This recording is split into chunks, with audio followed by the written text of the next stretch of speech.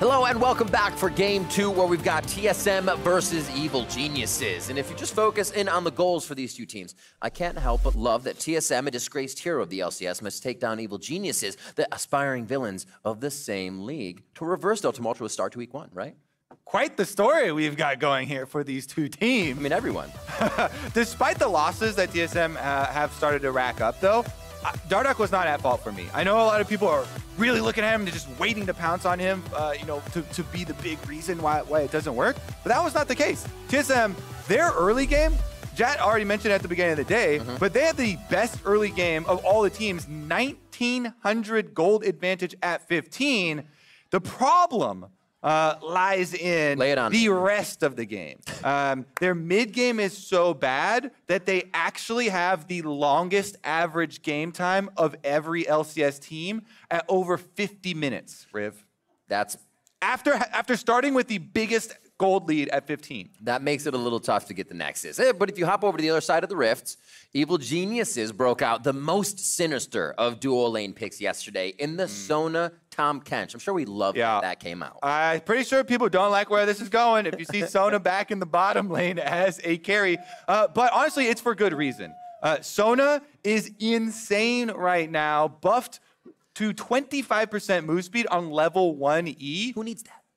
Sona needed it, apparently. Okay. But it is actually very difficult to deal with towards the mid game. So if Evil Geniuses do get something like that, it can be hard, again, maybe, for TSM to actually close the doors and get that Nexus kill. I would say for EG, in their big win, even though they had the Sona Tom Kench, you got to look out for that from yesterday, I'm looking at Jizuke.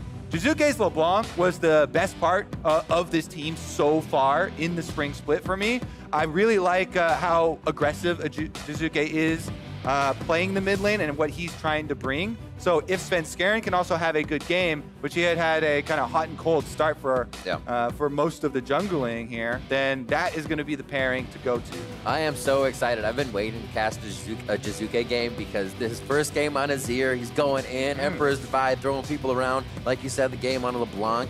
I love this play style that he brings to the table. We haven't gotten it too much out of mid laners in a while. Things get tempered on the Rift. Jizuke seems not tempered, and I love it. We're in the bans right now for Evil Geniuses versus TSM. As TSM are looking for that win #1 here in the spring split. As you see, Annalise, Gangplank, and Rumble banned out for EG, and our final one coming in here after Akali and Tom. What does TSM have to go against Evil Geniuses? It's a Jarvan ban. And it looks like EG with the Elise ban trying to ban away some AP from the jungle. Gragas is still available, but maybe they're a bit worried about some attack damage mid lane. Bjergsen and Dardoch combination. Usually you want to have different damage types for your solo laners and your jungler so that your solo lane opponents can't easily build one of the resistances. Aphelios is going to get first pick here once again. Doublelift made it look real good last game. Yep, and Bang's been showing up a bit this season. But the precedent set last time was that where is Bang? Where is it? He's been showing well. We'll talk about that a bit as we have more picks coming in. And that Sona hover, but a Set Rakan ready from TSM. Do they look like older brother, younger brother or something right there? Set and Rakan here, combination. They also work really well together. Rakan is very good engage and lockdown for Set, and that's one thing that Set can sometimes struggle with. He doesn't have a lot of mobility, so relies on the team to help set up scenarios where he can be super effective.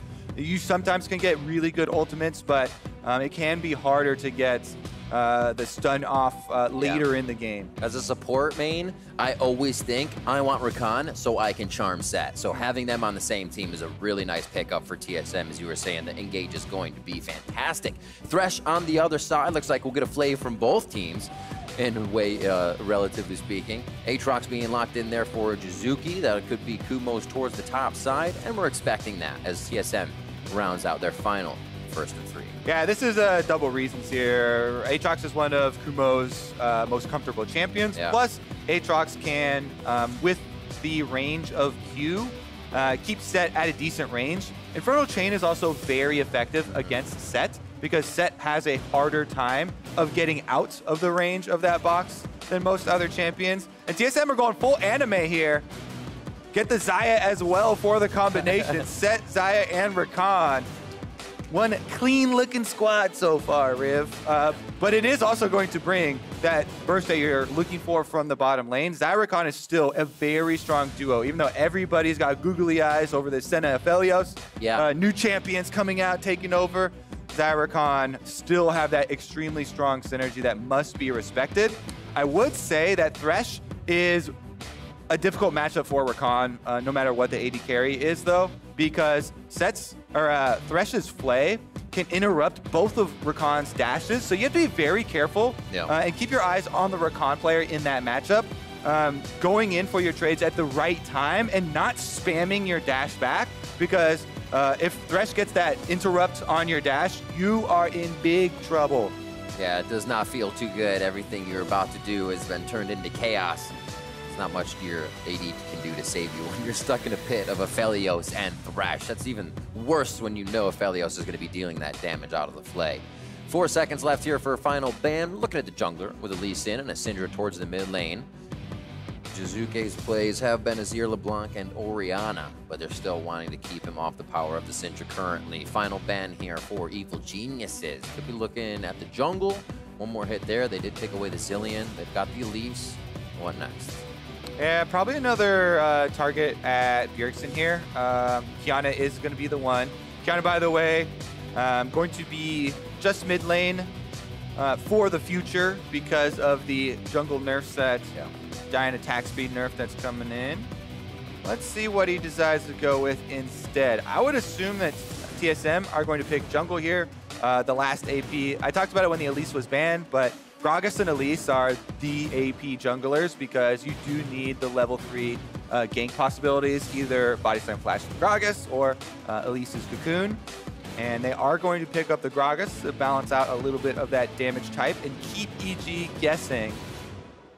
Still very well could be attack damage.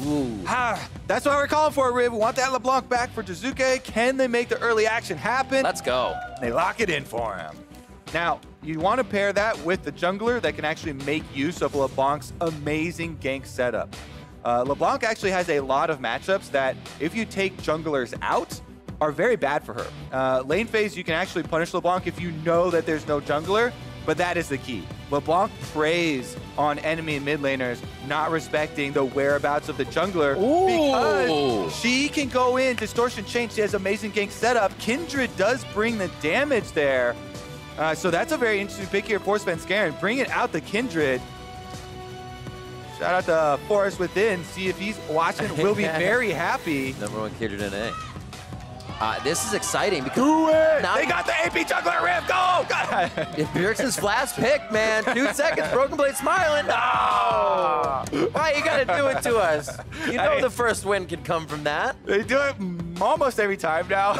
Upper's head for Bjergsen. But come on, this one they actually could have done it here. Absolutely. Not gonna be the case though. Zoe, once again, this is one of our most common picks into the LeBlanc. Distortion is in a line, so you can line up your bubbles fairly easily. And Zoe does bring that big poke later into the game. So definitely gonna be one of the ones too that has to be a little bit more cognizant of tracking the enemy jungler though. I already talked about it with LeBlanc.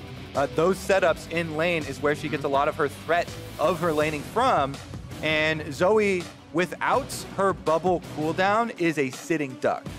Because Aris not going to give you permanent dash and take you right back to the same spot. It's very easy to prey upon. So what Zoe has to do a lot of the times is save the bubble for those interactions where Kindred's coming or LeBlanc is engaging on you and use it defensively. I'm excited. Sometimes you see the comps and I'll think of what Drake would be awesome here. I mean, if TSM were able to get the Mountain Soul out of this and have more shields on their shields, Jizuke just basically does nothing at the beginning of fights here.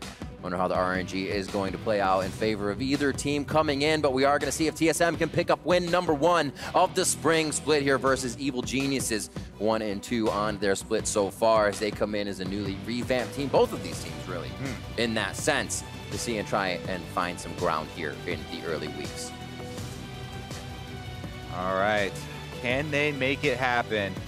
Gonna be eyeballs on the junglers early. They've got some volatile matchups to try and affect early on. Either solo lane definitely could be the target. And we are off and running. Dardoch Audrey on your screen, getting that info out, talking it up. Very vocal player on the team, making sure that everybody knows what he's seeing around the map and when he's seeing it. As we were talking about Bang a little bit before, definitely having a better season for himself. Has a play on the aphelios, deathless in his first game, deathless in Senna 8-0-5 in his second game, and then the Sona was a 2-1-11. But really, last year was a question of, you know, where's the world championship Bang? Where is this caliber of play? Because it's expected to you after you win a world. We've heard Crown talk about it in duo with Core JJ. So he's been building that kind of brand for himself back up, and we've seen that he still has that play style that he can bring out. Yeah, especially that Senna game. I thought he was really accurate with the snare skill shots, his ultimate usage.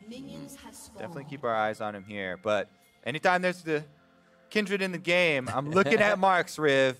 Because Mark focus, it just adds so many more mini objectives to the game. First spawn scuttle is going to be a big one because while you can't predict which scuttle the first one is going to spawn on, you can just wait and keep one scuttle. As long as you don't get double scuttled by the enemy jungler, just wait for the extra cooldown for the mark to appear. Even if the opponent took it off of top scuttle, say, you just don't take bottom scuttle until your mark spawns on that bottom one, because that's the only other place it can go that early. And you just retain control of that area so that you will be guaranteed. Level 2 red buff invade. Here we go. Low for Dardoch, just over 300 HP. He gets off of blue, so that timing is given now to Svenskeren. He should say either going for Raptors or he's on his Wolf. So safely being able to take the Gromp here. Won't get his mark killed just yet. But the team is getting information of where Dardoch could be on the map. And nice little dodge there out.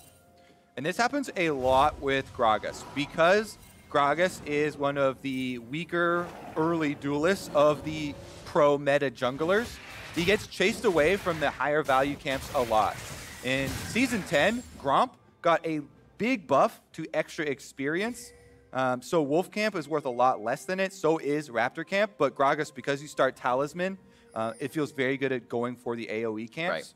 Right. Kindred, Svenskeren there was able to take away the Gromp, but that thing's just going to respawn anyways because you can't leave behind a small monster to counter jungle with. Ooh. Yeah, good control ward. He knows that since he invaded on blue side, there's a possibility Broken Blade went in there since Broken Blade pushed the wave. And Svenskaren's able to take away that extra information. And he gets the quick level 3 off of 2 buffs and the enemy Gromp, then will take his own. Oh, bang low on the bot side.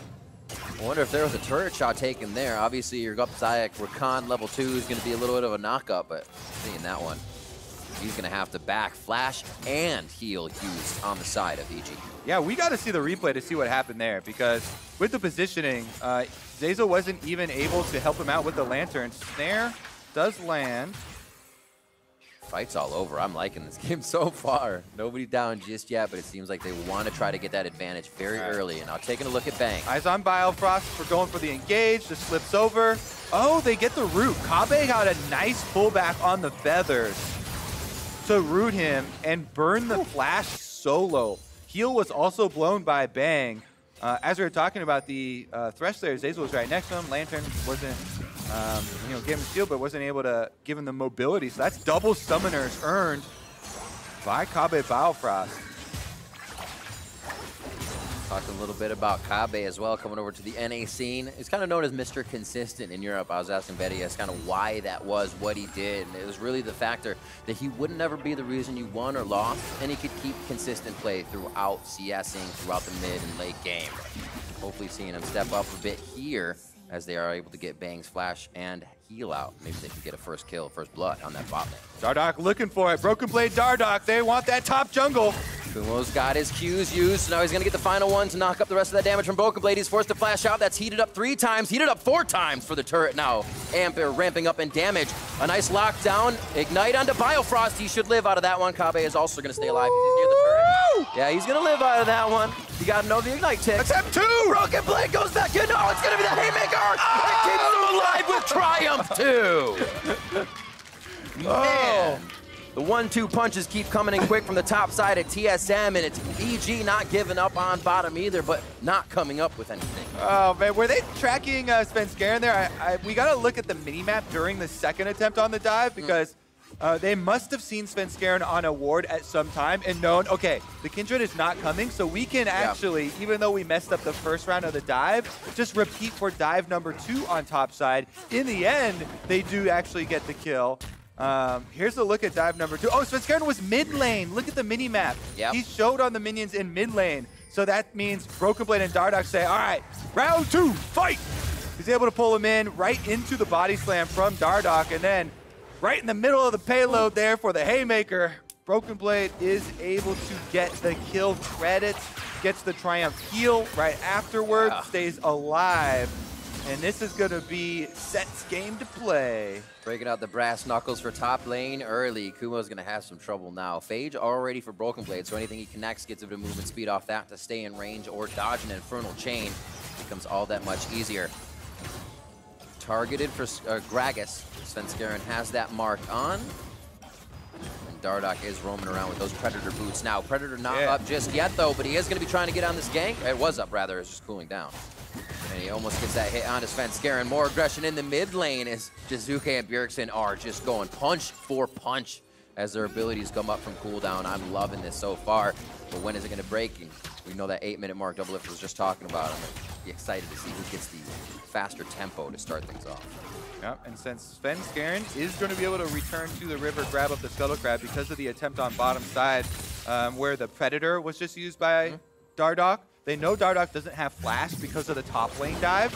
Oh, Bjergsen actually moves in. 2v2. Looks like he'll be able to get himself out safely. That was a real flash as well for Bjergsen. Found the Kindred in river, trying to grab the honey fruits. Gets kicked back out, and Jizuke smells blood. They go for the invade. 1 mark currently for Sven. I know he wants to get another one out. We see again top lane just being punished here. Back and forth. We see Broken Blade trying to throw out the shots. Kumo seems to be farming well under turret, but is definitely playing a bit safer, knowing what kind of power can be delivered in a dive for him. Gold's very even across the map. We're still waiting for this one to break open. Meanwhile, in the mid lane, because Bjergsen got chunked out, had to blow his flash on the Zoe from going into river, that allows the LeBlanc to push up this mid lane. They know that there's no Bjergsen to contest this dragon, and it's an easy pickup for Evil Geniuses. First mountain, next is Infernal, and then we'll see what your soul is going to be for the map. No teleports on these mid laners this game, which is interesting from what we usually see. Aggressive and safety in summoners. Also, Riv, 8-minute alert. The Rift Herald is on the map, my friend, and with Dragon gone, I would say both bottom lanes, recall now. You need to get that swap off to claim control of the Rift Herald. TSM actually on this ward making the move up there will shove Kumo off, but neither bottom lane is actually moving to the top half of the map for that Rift Herald objective the Doublelift was talking about in his interview. And this just means Kumo backs off after seeing them on the ward, returns to grab up that farm. Yeah, and that then would have been a perfect time. Bots push for EG, Cannon Wave going up towards the top side. You're not going to miss too much in the switch. But like you said, TSM was already putting power up there to try and stop whatever was happening, or if EG did have something in the mix. Both teams feel like it's a bit of a gentleman agreement here at 8 minutes to keep the lanes going as they are and keep going for those first turrets. Well, we have recalls here for Bang and Zeyzal.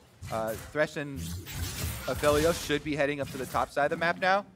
Because what we've talked about, Rift Herald is available, and aphelios has the easier shove, so he's going to be able to get there first.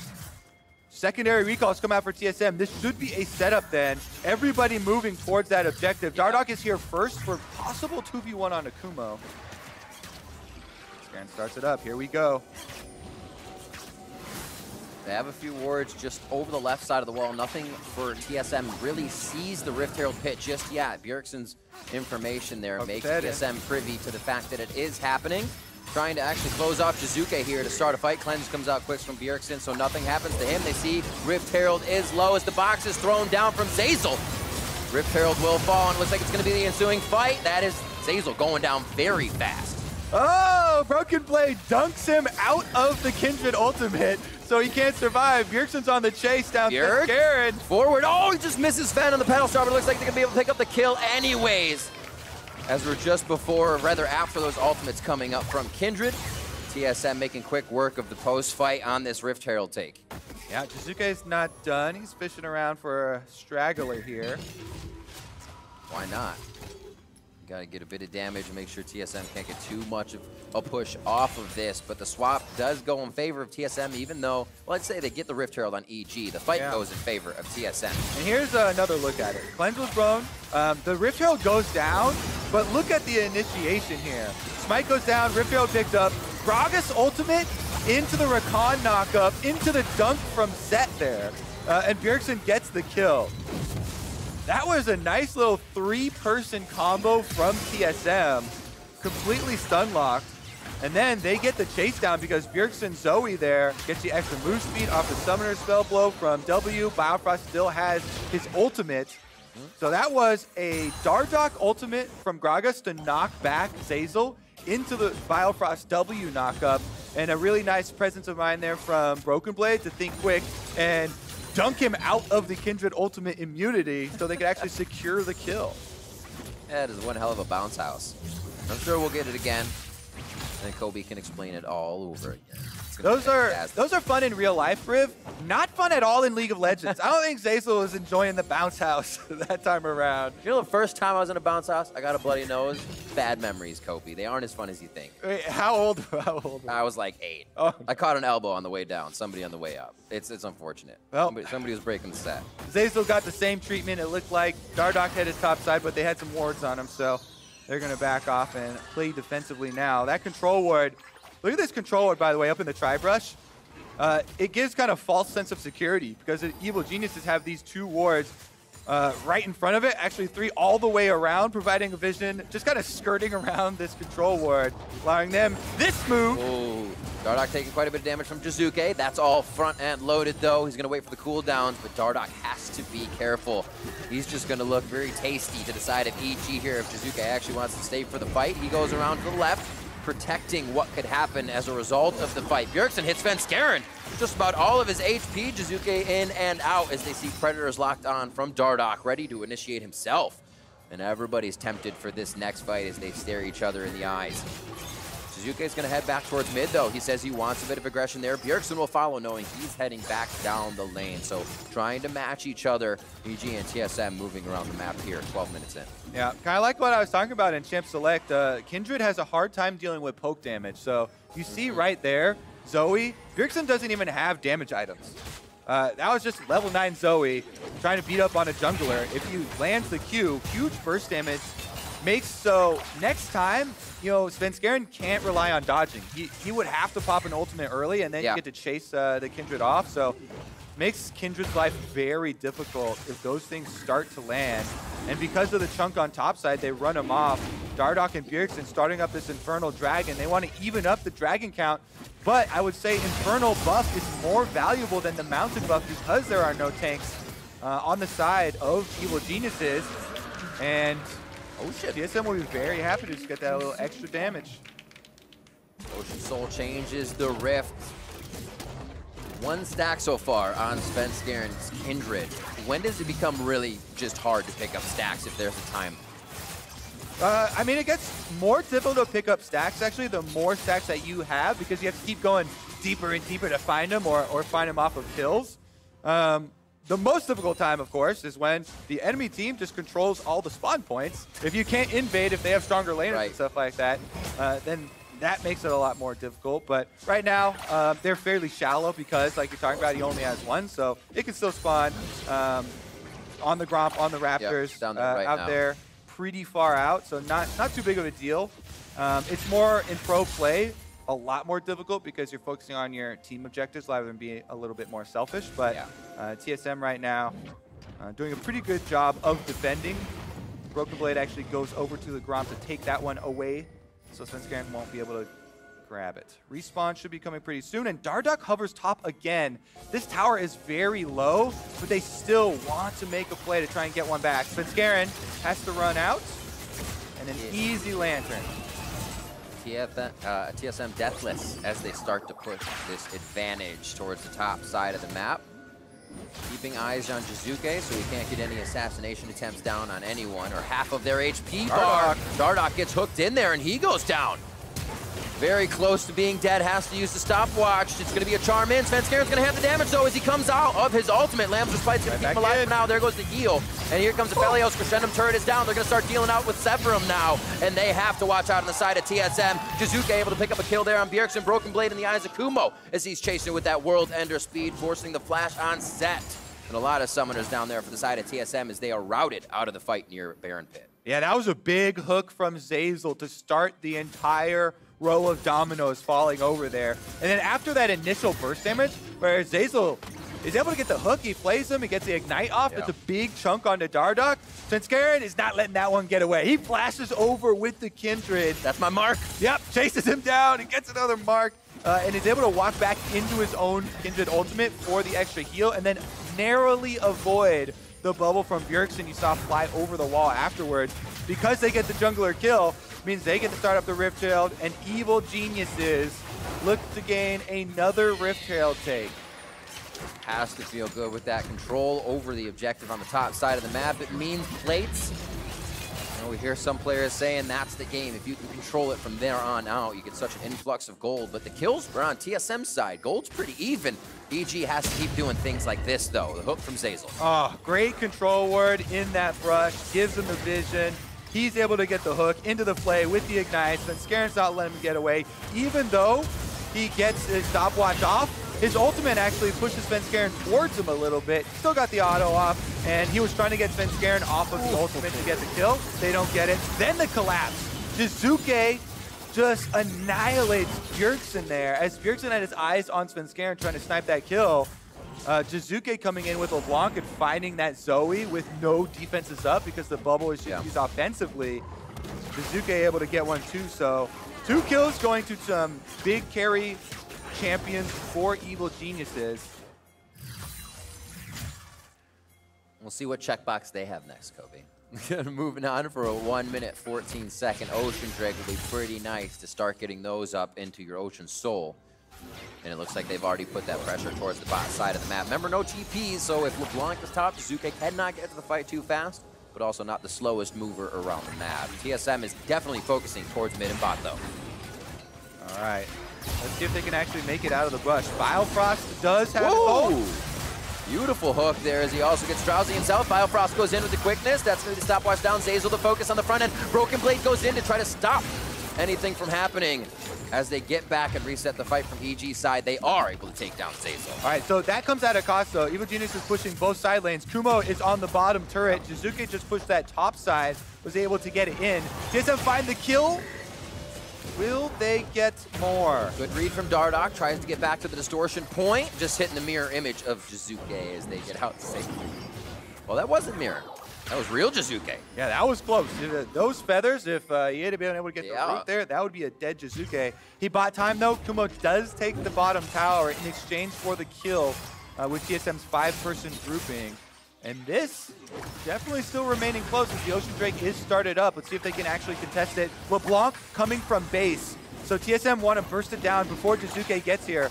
If EG don't have that LeBlanc, it's going to be up to a steal for Sven. Squishies are on the front side of this fight, taken from Sven. He's able to get in, Lamb's Respite possibly to get out. That's going to be a lot of damage. Sven picks up a kill before he goes down. 2 going in the hands of Bjergsen as they start to get out of this fight. But what a take. And first Ocean Drake going over the side of Evil Geniuses. Svenskeren decided this is the game he's going to start styling. He flashes after Dardoch to go grab that other kill on top side. Here into the dragon, that is incredibly difficult to do, to queue over and get the smite. Then he uses his ultimate after securing the objective to delay time. Finds a kill. And they get the counter kill, exactly. So here, look at this. Let's just look at the HP bar because Dardoch has smite also. Svenskeren gets it, gets his ult off before Biofrost was able to knock him up for the CC. So he got his ult off just in time. This buys time for the team to burst down Dardoch within range that after the ult ends, they both go down anyway, so it is a trade kill plus a stolen objective. Super smart from Sven to get to the back of the pit so he can get all auto attacks and Qs from Kumo into that, popping up the team that would have been able to take down Sven quickly. Evil Genius is working beautifully together right now, possibly losing Sven, but they know they're aggressive. They want to get back onto Dardong, possibly someone forward, comes out with the Infernum Moonlight Vigil, and that's a kill for Bang. Beautifully done. The follow-up here is so unsuspecting from TSM that they are not ready to dodge it when it is coming out. 4-6 here. It was only kills in favor of TSM to start things off, but punches are being thrown back and forth now as EG starts to step up at 20 minutes. Bang gets his hands in there as well, able to find the snipe. So all 3 carries on the side of EG now getting gold from these extra kills. And with that last outer tower going down, plus the second inner, it creates this really big vacuum for TSM where their only defenses are so close to base that the neutral objectives become very difficult for them to actually contest. The Dragon as well as the Baron Pit become very hard for them to get their vision in place. And EG should be able to set up a lot of pockets of vision for Jizuke on this LeBlanc to actually find those picks, because that's what you're scared of. The big burst damage that can come down from LeBlanc, and then, of course, Bang already getting a couple snipes in there. Should be able to finish something off. And Ocean kind of works both ways. It's fun because you can ward a giant brush that covers an area where usually you might need to use 2, but it's also nice hiding spots for Jizuke. Exactly. There are more brush for the LeBlanc to be hiding in. It's going to be scary stuff once he gets himself into that position. Already floating around, obviously cleaning up the top wave and finding anyone who will be a straggler towards that red side TSM jungle. As the ADs bout it out in mid here. And like we keep saying, Darduck is going to be the target for Jizuke.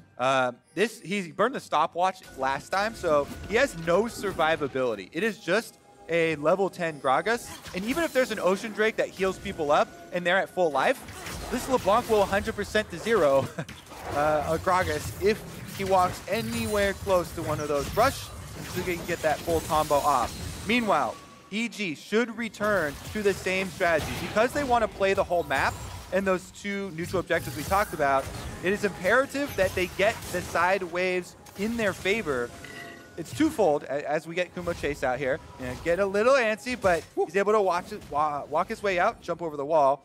It's imperative that you get the extra vision that pushing up minion waves brings you, in addition to posing this problem to TSM where if they come contest these neutral objectives that you're setting up around, they do lose out on minion gold and experience, in addition to having a lot of extra vision control for yourselves. It's going to mean that EG are the ones to start out and determine the course of the mid game. We just saw that little push as you were talking about in the bot, TSM saying we are actually completely dark in our jungle. We need wards. The buddy system has been employed, and they placed a few on the bot, but they've lost their wards now on the top for main objective. There's Jizuke trying to find Pearson, gets the chain. Drowsy back. Good to go. And that's the defensive bubble that I'm talking about for this matchup. That's why Zoe often has to save that cooldown if the LeBlanc is around, so you can use it for defensive purposes. EG, they start up the Baron. They're trying to draw TSM over. Sven Skarin staying closer. Bang not being that first one. You lose damage against Baron if you are the one tanking it. So they want to make sure Crescendum is just dishing up max. 18 seconds on the Ocean. Not going to be any souls, so not gaining that much priority. Jizuke towards this top, and now they might have an inkling that main objective is being done in Baron. It's going to go down. It looks like that 4-second back may be halted as Jizuke wanted a quick fight, but EG will now reset. Beautifully done on the map, being able to take the 3-person Baron. And a really good highlight by our observers to toggle the vision there. You can see the map from TSM's perspective. It's all dark, and like you mentioned, this LeBlanc could be in any of the brush. She could be in any of this fog of war that covers the entire objective. And TSM, too scared to go move in and contest the Baron. They take the consolation prize of the Dragon, and they're going to try and defend Baron #1, which, to be fair, it's very dangerous, and going in to face check that, you probably lose the fight. So they're going to try and rely upon the extra defenses of these towers to give them a little bit better of a chance. And in the meantime, they do get the dragon to stall away the possible soul stack. Looking for a fight. Broken Blade's just kind of putting himself in the beginning. Just in mid, they look for a flank, but now, straight through the front door against EG. Broken Blade just wants the back line! Drops Svenskeren immediately as he picks him out of Lamb's Respite.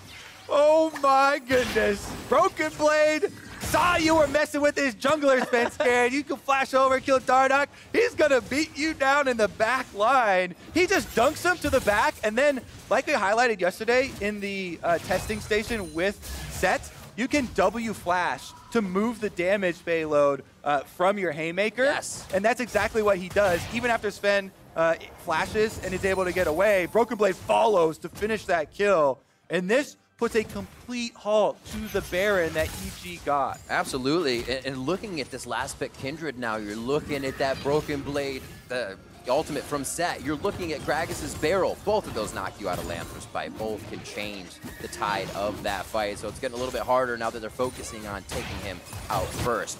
Bjergsen a fight on the map. On the other side, Kumo looking pretty strong there for a moment. Was about to get a bit of help on Bjergsen's side as EG is encroaching farther and farther into that bot side jungle here as Jizuke still gets work done on the top side. Yeah, Baron buff, they're still trying to get some juice out of it here on the side of EG.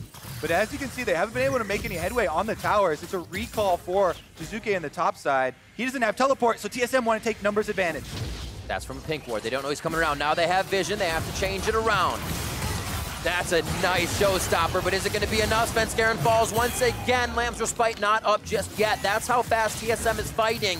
That EG's cooldowns are not yet up for ultimates. Kumo can still be under the turret for a bit as they have the Baroned up minions.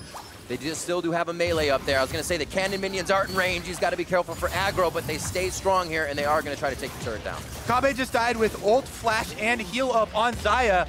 I gotta see the replay of what happened because I was looking at the Kindred kill. TSM got the Kindred kill, yet giving gets the hook! Bjergsen's able to flash out of that one. Now they're under the turret, and it looks like they are gonna be going down one onto Zeyzal. Broken Blade picks up a kill. Where does this next one come down? Bjergsen's not gonna be able to find that paddle star, as it does not look EG wants to leave just yet. They have such a minion wave on the bot, but nothing else pushing anywhere. So they do have to be careful for TSM's answer. This is honestly a bloodbath, Riv. These counter kills just keep coming in, bursting just when you think one team has the advantage. All right, so I'm gonna keep my eyes on Kabe this time around because we know what happens on the left side of the screen. Set dunks Kindred right into him. So he gets knocked there with the Q from aatrox. And the aphelios ultimate on 4 grouped up people is an Infernum ultimate that just blows him up. So that was one aatrox Q. It was a Q1, long range. That was the first little bit of damage. Yeah. And then 4 people grouped for the extra AoE. That's why you have all these YouTube highlight montages of aphelios. Even after that ult was nerfed with the Infernum, still the big extra damage goes in. So good. You get those multiple explosions, people grouped up, and that's when you see him dying with double summoners and ult up. And as is always when you're fighting as a marksman, he had that Baron cannon minion just throttling him the whole time too from the side. Couldn't get out of the aggro from that. It's just not his day. Yeah, actually, little cannon minion damage does add up, especially when you have the Baron buff on it. All right, full reset though, because there were so many counter kills. We kept on seeing Jizuke went in, burst went down from 100% to 0 as well. This game is not out of reach for TSM, even though EG have a very big lead here, and currently they have control of the map, with Jizuke pushing topside. They'll be able to get this top tower, rotating up from mid lane. TSM are actually splitting their call right now, sending Gragas down bottom side to possibly dive Kumo. He's got a World Ender. This is actually, he can just absorb a lot of pressure if he does want to pull that fight in. Now he can play the stop the backs game and just keep chasing these guys away. World Ender to safety if he needs it. He's just pinged onto Broken Blade saying, I don't have that chase anymore. They have too much speed. EG is still working on the top side turret. So the cross map plays, it seems like TSM is reacting a bit too much to what EG has put in front of them. Dragon coming up, Riv. They got to rotate on down. Oh, Dardoch getting caught out here in the middle. Doesn't look like it's going to be enough for the kill just yet. That's the Kleber Malt, might be a lockdown, but it seems like he's lost that due to the Zanyas, and they won't be able to do too much more with it. Yeah, he was worried. He didn't know which guns Bang had, so he wasn't quite sure which ultimate went there, I think. Pretty sure that's why he used the Zonyas. The cooldown on it is fairly low, so it's not too big of a deal, especially, you know, more Gragas players. But in the end, objective picked up for EG, all going according to plan here. We'll see if that Zhonyas does come back up for Dardoch before the next team fight. If that actually ends up meaning anything. Short pause here as we'll check in, see what happened on stage. And just taking stock of what's going on, Broken Blade has been popping up in these fights very big with the punches. 4-0-3 for him on the top side. We didn't get too much towards the top side of the map to start things off, but it seems like Broken Blade has been able to kind of find these fights, continue to get himself in. That's also something we've heard from analysts, from pros and people who play Set, is that he only gets the fight if he can walk up to you. We've actually seen him do that a few times, and EG hasn't been able to react. So it's interesting to see how they'll start to react to that. Well, I think one of the biggest things is that Broken Blade is using the ultimate very well for Set. Because we always used to talk about, oh, Gragas is a really good answer to Kindred because you can knock Kindred off of the ultimate. You can actually knock all of the enemy champions off the ultimate. But that's only if the Gragas is alive. Dardoch keeps on getting attacked by Svenskeren, and it's up to Broken Blade to defend his honor. He's been taking Svenskeren down with the ultimate combo there, and then flashing after with the Haymaker to get a couple of the kills that you do see on the Kindred. So I think that's one of the good usages that we've already seen thus far. And Broken Blade trying to defend his jungler's honor. I do like the combination we've been seeing so far in these initiations. 6 to 9 as we hit 30 minutes on the clock. Jizuke stays towards top side. He has now set up residence on that. And as you can see, aphelios with those crits. 4 of those flame bursts turn into 8 when he crits. So it feels pretty nice when you have the Infernum gun out. Inferno ultimate across the team to just start off a fight. It looks like Kumo wants in. It's a bit tentative for the start, but Broken Blade does get himself separated. It's now 4 members of TSM. No, 3 back in. Bjergsen looks to the side and Jizuke, so he can't get the flank in. There's the showstopper back into the ultimate. Lamb's Respite is down. Who's going to come out of this one alive? And who's going to come out in the grave? It's going to be Jizuke first going down as they trade back onto Broken Blade for the Retribution kill. And it looks like EG has their eyes set on what to push next. Yeah, it's a 1-for-1 in the end. LeBlanc for Set. Broken Blade actually used a flash at the very end there. I think nobody was close to going down, but that is going to be some of the big playmaking down for them. Jizuke on the top side of the screen, I believe it was Bjergsen trying to get him out of the fight, and they were able to lock him down. Such a close fight right there. And you actually saw the Gragas ultimate this time around, spreading everybody off of the ultimate, except for the one low health member there was able to stick around. So we do have a full reset after. Let's take a look at how it started out. It was a full surround. You can see on the mini-map, 2 flanks here. It's top for Jizuke, bottom for Kumo, and Kumo flashes in right to the heart of the team. He gets a full combo onto Kabe to force the ultimate early. Then he backs off. You can see Bjergsen go to the top of the screen right away. Down. Gragas spreads everybody off the ultimate, but Kumo was able to stay on it. Plus he has the GA, so he's in the heart of the team. Broken Blade is then surrounded by everybody. Yeah, I do think on second look, it's definitely a wasted flash at the end there for Broken Blade. But because they got the counter kill onto Jizuke, the level 16 LeBlanc, it means it's a draw. Yeah, very big save for that fight. But from the right side, Biofrost goes in on entirety of EG. Is the follow-up there from TSM. They are going to lose Biofrost first, but where's the trade? Where's the damage? It's coming in from Kabe. Resurrecting up. Will they be able to get Kumo back into the fight with enough damage? It looks like Bjergsen can take him down. Battlestar coming in. And they drop one more. Jizuke goes down. Kumo still wants to be in the front of the fight for his team. A double kill for Kabe as they just start sorting out the members of EG left and right. There's the kill coming in from a few of the members, though. Actually, Minions. And hits from Bang. Minions take down the turret, rather, as everything's coming in on the screen. EG is now losing the fight in the middle of the map. You said the last one was close, Kobe. And that's what happens in close fights. It can go either way. We just said, this game is not out of reach for TSM, and they are scrapping back into it in these team fights. That one was Biofrost seeing the opening on the Recon, finds a multi-person CC with the ultimate. And let's take another look. This is without Zoe even being there for Bjergsen, but because he catches them by surprise, they get the big initiation. Broken Blade tries to get the ultimate into the wall there. Kumo still dives in. He gets off the first kill. Another good separation ultimate from Dardoch. That Gragas ultimate is able to section him off for the extra kill. They take down Kumo, but then going in here, Broken Blade finds the kill onto Jizuke with his Haymaker true damage, and Kumo couldn't get out, so he had to try and walk in for the fight. Take a look here. It was actually the Gravitum activation there from the Cleaverum marks that were on them, and he's able to get a mark kill. Let's see this. Look at the damage graph. Entirety of the game is what you're looking at right now. Almost got a few people over that 20,000 mark with aphelios. Bang at 22.5. He's really able to dish out this damage, so they have to get that backline target as soon as possible. All right, looking for the flank. Keep your eyes on the Predator here. Dardoch just activated. Gragas looking on the flank. Grabbing some maul. Kindred's taking the objective while they're looking for it. This is Soul Drake.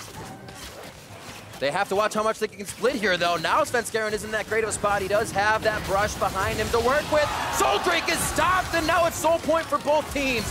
That's going to be the take over on the side for Dardoch. TSM feeling really good about this fight and also have a minion wave up middle. They do have to pressure the top and the bottom side, though, so the choice to now go for Baron could be very costly if they lose this fight. They're pushed up almost to their base. Quite the slugfest we have here, Riv. Dardoch gets a steal back in exchange for Svenskeren's steal earlier in the game. Now both teams at 3 Drakes. Baron started up, no vision for EG this time around. No Infernum ultimate here. Baron's down to half. Definitely a fight that EG would want to take. Jizuke on the left side, ready to either pop Kabe if he can come out. Broken Blade's the first one in. He wants to try to distract and cause chaos. Bjergsen's Banshee's Veil is blown on the backside of the fight. Nobody's helping Broken Blade. EG's able to kite this one out, but instant shock and awe coming in from TSM to take down aphelios. Bang now out of the fight, and TSM is locked and loaded to find more members of Evil Geniuses. Svenskeren on the chase. The mid lane trying to be pushed up here by Jizuke if minions even do come out or if there's a straggler on the fight, but it just seems like EG gets separated too quick.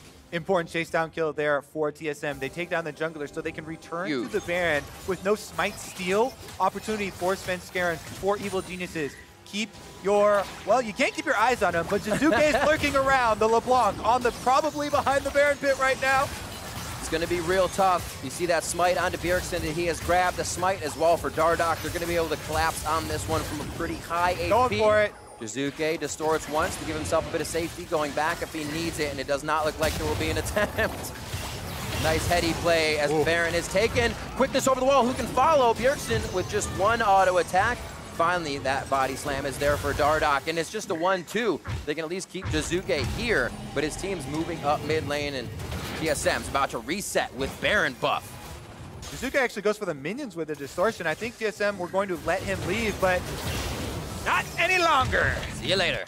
No magic great enough to get out of that play against the members of TSM, and we do see Jizuke fall. The gold still very even in this game. Still on soul point at 2.5 minutes for that Ocean Drake.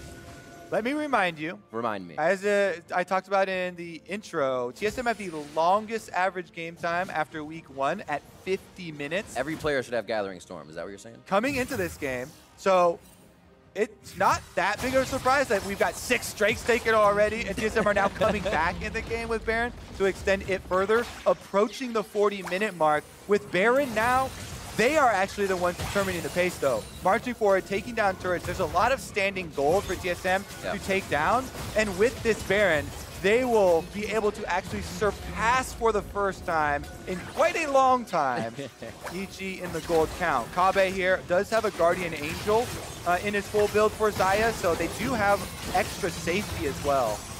Biofrost inside the base says hello.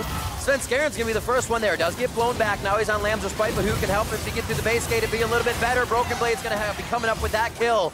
He just has Sven's number as he throws out these haymakers and keeps the rest of Evil Geniuses on the ropes. They're gonna be pushing through the top side. That is TSM now going for EG's Nexus turrets. And to say that TSM's backs were against the wall, and this one would be correct. They have pushed back very hard against Evil Geniuses and are finding a way to the victory, finding a way to their first win of this 2020 spring split. The Nexus turrets in their eyes for the last few members of Evil Geniuses, and the masterminds have been thwarted once again on the Rift. The Nexus turret goes down, the TSM chance abound, and the Nexus will fall in favor of TSM as they pick up their first win of the split.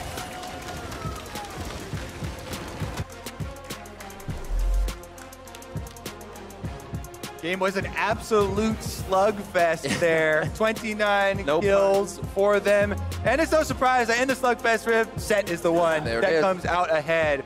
Broken Blade was 6-1-10 on the set, and he was a very big part of taking down the Kindred, getting them through a lot of the mid-game stumbles.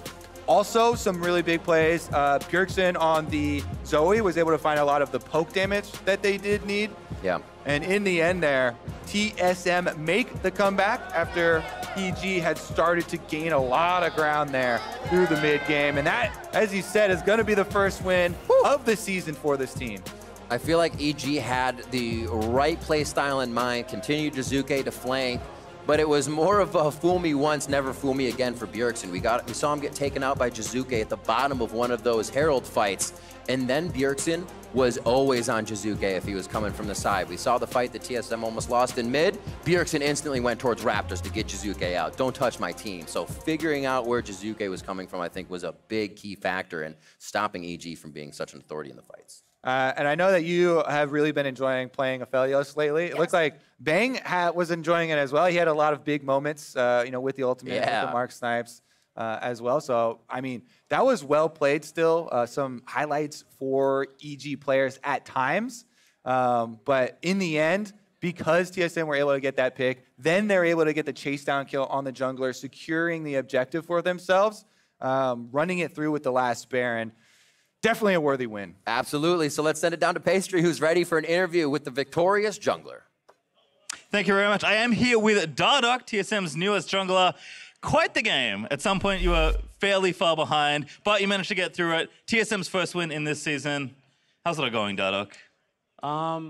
Just say we're happy with our first win, but I don't think things are going perfectly, obviously. We have a lot of things we're doing wrong in the game, but I think we had a much better draft this time, so we were able to come out with a win.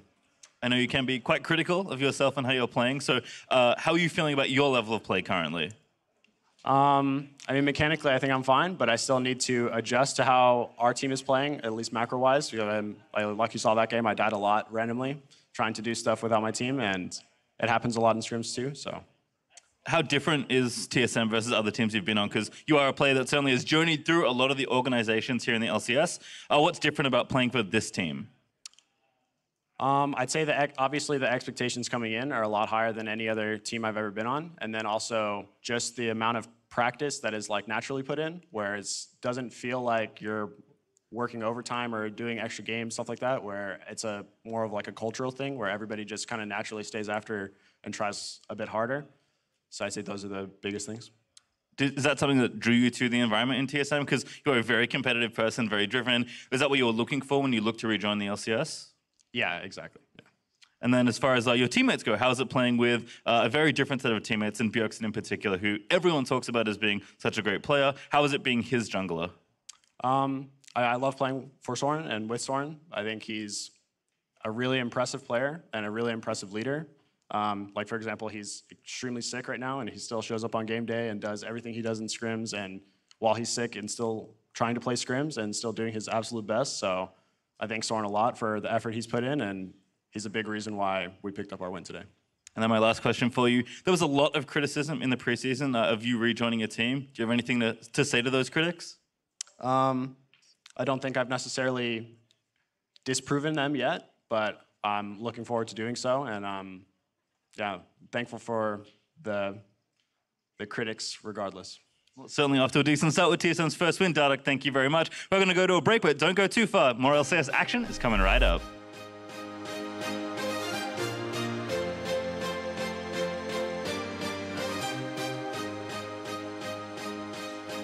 Ref, we have a problem here. The password is not... It is. My bad.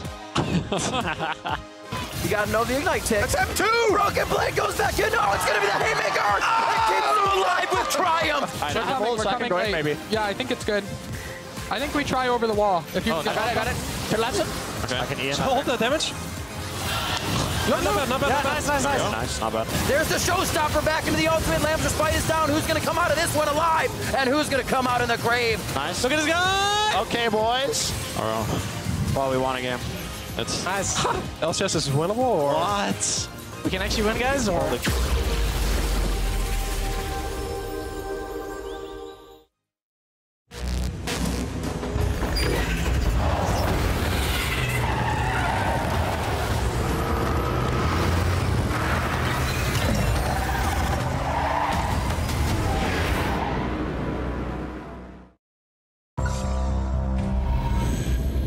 Every click. Every frame. Every press. Every sound. They're playing aggressive. I'll take mid. Every advantage. When the difference Between winning and losing. is measured in milliseconds. Everything. Everything. Everything. Everything counts. The Alienware Legendary Battle Station.